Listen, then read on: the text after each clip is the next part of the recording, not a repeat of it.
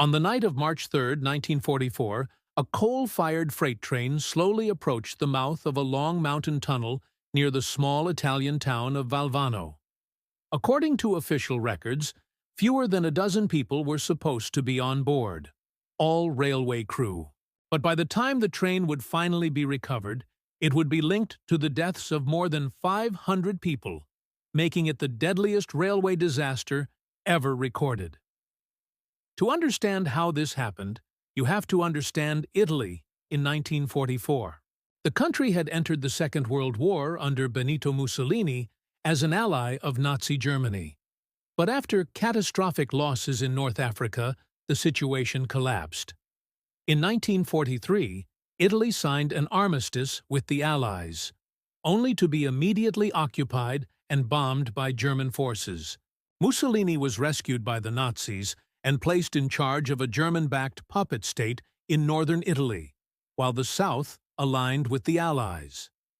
Italy was no longer just fighting a world war. It was locked in a civil war as well. Across Europe, everyday life was breaking down.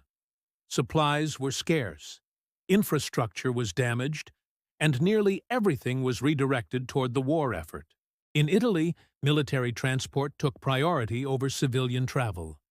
Passenger trains were overcrowded or unavailable, leaving ordinary people with few options.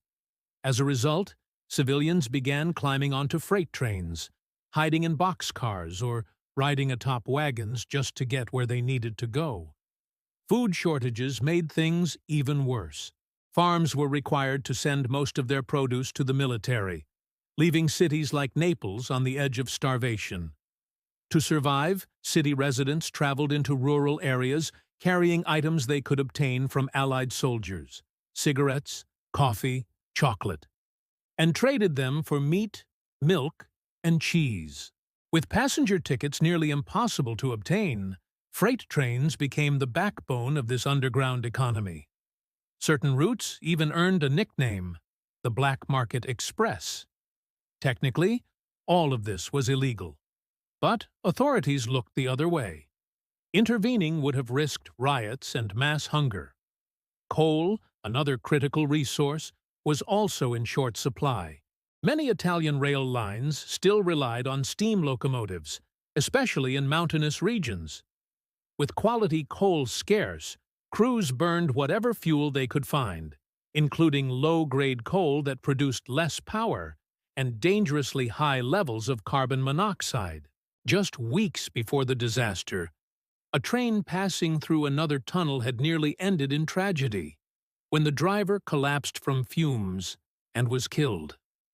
The incident was ruled an unfortunate accident. No safety changes followed. The Naples to Potenza railway line was one of the most heavily used black market routes. Trains left Naples under electric power, but near the town of Battipaglia, steam engines were attached for the climb through the Apennine Mountains. The gradients were steep, the curves tight, and the engines were pushed to their limits. On the evening of March 2, 1944, freight train number 8117 departed Naples. Along with its official cargo, it carried hundreds of unauthorized passengers. Estimates range from 500 to possibly 700 people. More boarded during the engine change at Battipaglia. Shortly after midnight, the train reached Valvano Ricigliano station for a brief stop. From there, it began the slow ascent toward the Army Tunnel, a narrow, poorly ventilated passage nearly 2 kilometers long. Progress was painfully slow. The train struggled uphill at little more than 15 kilometers per hour, wrapped in thick fog. Shortly before 2:00 a.m., disaster struck. Inside the tunnel, the train lost momentum and came to a stop, almost entirely enclosed underground. Another train had passed through shortly before, leaving the tunnel filled with lingering smoke. As the crew tried repeatedly to restart the engines, more carbon monoxide poured into the confined space. Communication between the front and rear crews was impossible. When the front attempted to reverse downhill, The rear crew mistakenly thought the train was slipping and applied the brakes, locking it in place. Most passengers were asleep. Those who were awake had no warning. Carbon monoxide has no smell, no color.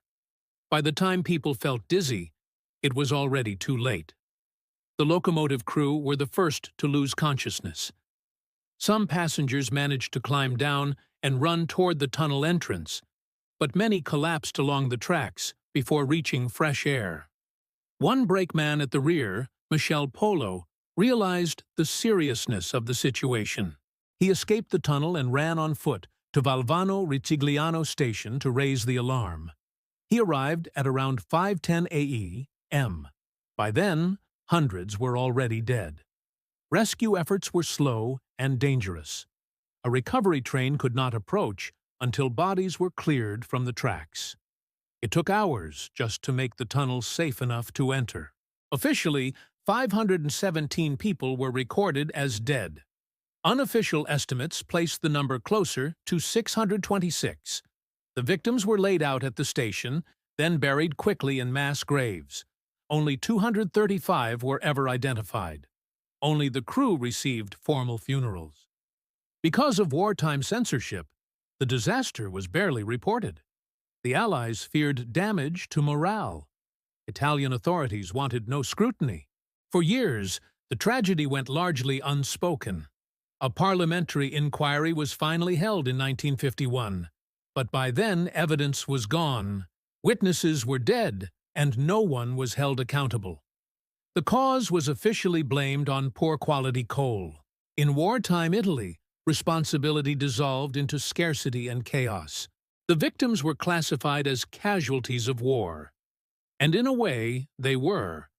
Not killed by bombs or bullets, but by the collapse of normal life, where survival itself became a deadly risk.